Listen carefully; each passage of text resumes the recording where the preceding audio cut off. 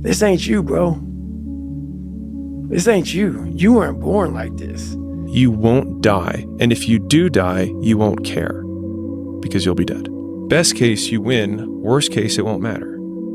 There's no luck in this game, man. It may be a little bit of luck, but the luck happens after you bust your ass and you put yourself in that lucky situation. Luck doesn't happen. You put yourself in that situation where luck might fucking happen. And that's what people don't know.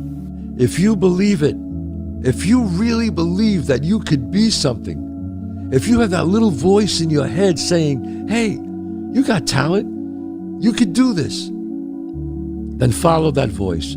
Fuck your motivation. Fuck your motivation. You need discipline, because motivation's not there every day. I'm missing motivation most days. Wow, Some really? days, yeah, sometimes I got motivation. Sometimes I'm like, fuck yeah, today I felt good. I can't wait to get to the gym. But a lot of days, like, gotta get to the gym.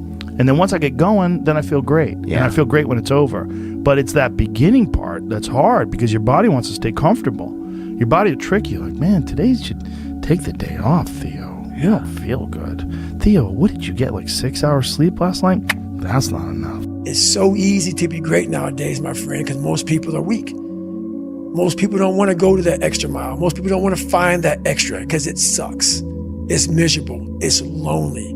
It's easy to give up. You know, Hell it's yeah. easy. It's the easiest thing in the world to do. I'm done. I ain't going. Oh, yeah. I ain't gonna keep going. Yeah, I don't feel like going to work. I'm done. Yeah, man. It's easy. It's very easy. But what's hard is going, yo, yesterday I got nothing from working as hard as I could. Nothing happened from that. I'm gonna do the same thing again today, but I'm gonna try to go harder. That's the hardest thing in the world. To get up every day and give 100% and be in the same position that you were each day, but mentally know that you're trying and trying and trying. That's a real grind. How bad do you want this? If it's as bad as you want to live or breathe or sleep, whatever the hell it may be, I can work with you. But a lot of people, most people don't want it that badly, which is why they always ask the question, man, how did you get to where you are? You know how to do it. You know exactly how to be you or how to be me. You don't want to do it. Like, I want to see what you do when you're tired. Let me see how you push yourself. Come on, man. Get up. Get up again tomorrow. Get up again tomorrow. Get up again tomorrow. The next day. Get up. Get up. Get up. Get up. Keep going. How long can you maintain a positive attitude? There's no hacks, bro. It's you against you. You against you. And if you misunderstand that, you have a real problem. You wake up, right to work. Immediately your mind is in action. No one wants to do that. No one. And I don't blame them. But don't be mad. When you're laying there in your fucking bed and you're in the fucking hospital and you're 70, 80, 90 years old and you're thinking, man, I feel like I didn't fucking do something. Because you did. You didn't do it. You didn't do shit. You may have lived a great life, man, but you're always gonna feel empty inside. I don't feel empty. The life you want is on the other side of a few hard conversations, and you're living a life you hate because you're too afraid to have them. I think about that a lot. Hard times create hard men. Hard men create soft times. Soft times create soft men. Soft men create hard times. We are now around soft men and hard times. There's a moment when every boy realizes no one's coming to save him. And that's when he becomes a man. And some boys never get there and stay children forever. You should be a monster. He said you should be a monster, you should be ruthlessly ambitious, and then learn how to control it. And it's that old expression, it's better to be a warrior in a garden than a gardener in a war. I don't care how good you are in anything, you don't have discipline, you ain't nobody. Right. You're nothing without discipline, because you give up under the slightest struggle without discipline. 100%. Told me discipline is doing what you hate to do, but do it like you love it. Doing what you hate to do, but do it like you love it. That is a great quote. I'm going to have setbacks, I know. But if I'm feeling bad, that doesn't mean I'm doing bad. That doesn't mean I am bad. That doesn't mean that I can't still take some action. Because, yeah, nothing changes and nothing changes, man. It's time to get back to work. Stop hearing yourself talk. Get off the podcast. Don't be on social media too much. Cut out all the fucking noise. Get back to the fucking mental lab.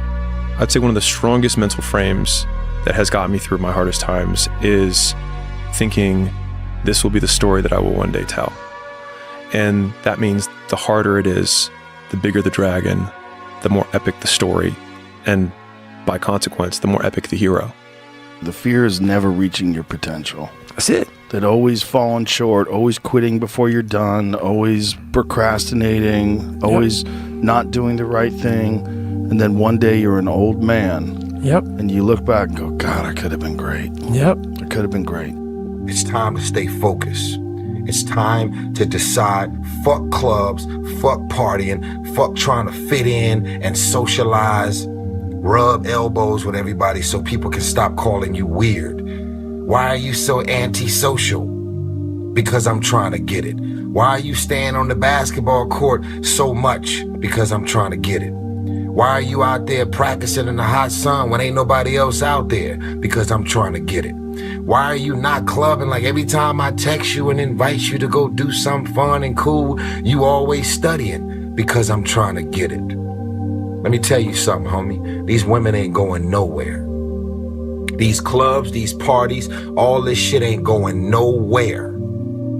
The more weird you are is a reflection of how committed you are to focusing on your shit, molding and shaping and developing your ideas and your craft so that when it's time for you to make your rounds, you gon' fly.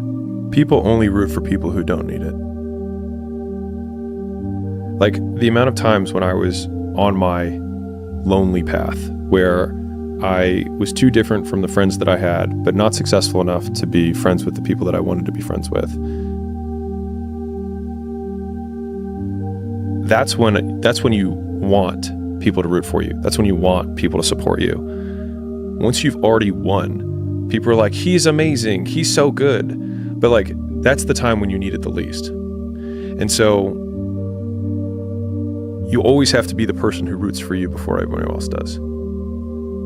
And it's usually a single clap in the auditorium for a very long period of time. It is a slow clap that's just you rooting for you. And that visual, I think, is one that you can kind of take because it is. People struggle to do things alone. And the path of the exceptional person is one of an exception, which means that you are not with other people. And rather than fighting that or bemoaning it, see it as an indicator that you're on the right path. Because if everyone else were cheering you on, then it means you're not in the right place, because it means you're just like everyone else, and that's not where you want to be. Life isn't fair at all. At all. So what are you going to do about it? I knew that no one was coming back to help me. No one was going to miracle me to be somebody special. So mentality is the only thing that gets us through life. I was an underdog. We are all underdogs in life. Even the baddest person in the world should think that way. So you should always have I've never arrived mentality. And the can't hurt me mentality is no matter where you come from, the sewer or wherever you think you're from. When I got out of the sewer, I got to the road and looked around and said, can't hurt me. Nothing should be able to hurt you. If you believe that, it starts to become true. Be the guy who embraces the ugly, the miserable. Be the guy who embraces hard work, the grind. Don't be afraid of being hurt. Don't be afraid of sacrificing some blood. You know, there comes a day, man. Everyone's gonna have this day. There comes a day where being average, being mediocre is just sickening to you. It's just sickening. It makes you want to throw up. Because you've seen people with far less talent than you. As you're growing up with them, their childhood buddies, whatever else, they didn't have what you had. Yet now they're fucking to become something that you haven't. There comes that day. It's either when you're young, you know, and it strikes you on the baseball field because you're sick of striking out. Or it's when you get fired from your 5th job, you know, and your wife and kids are on your ass because you don't know how to support them anymore. There comes a fucking day where push comes to shove. Where being mediocre, being like average and shit just fucking burns and sucks so much. You can't deal with it one more day. And you get off your fucking ass. And you create something that's always been there. It's always been inside of you trying to come out. but you've never wanted to unwrap it because it's too much fucking pain and commitment. I'm a big fan of power follows the blame finger. So like wherever you point the blame finger is where the power follows. And so it's like if you point it at the government has the power. If you point it at your spouse and say like it's their fault that I'm not in shape, it's their fault, they never let me do anything, it's like, well, you're giving them all the power. And so it's like until you're like it's my fault, it also becomes my responsibility. What is? What if it's not your fault? It doesn't matter. And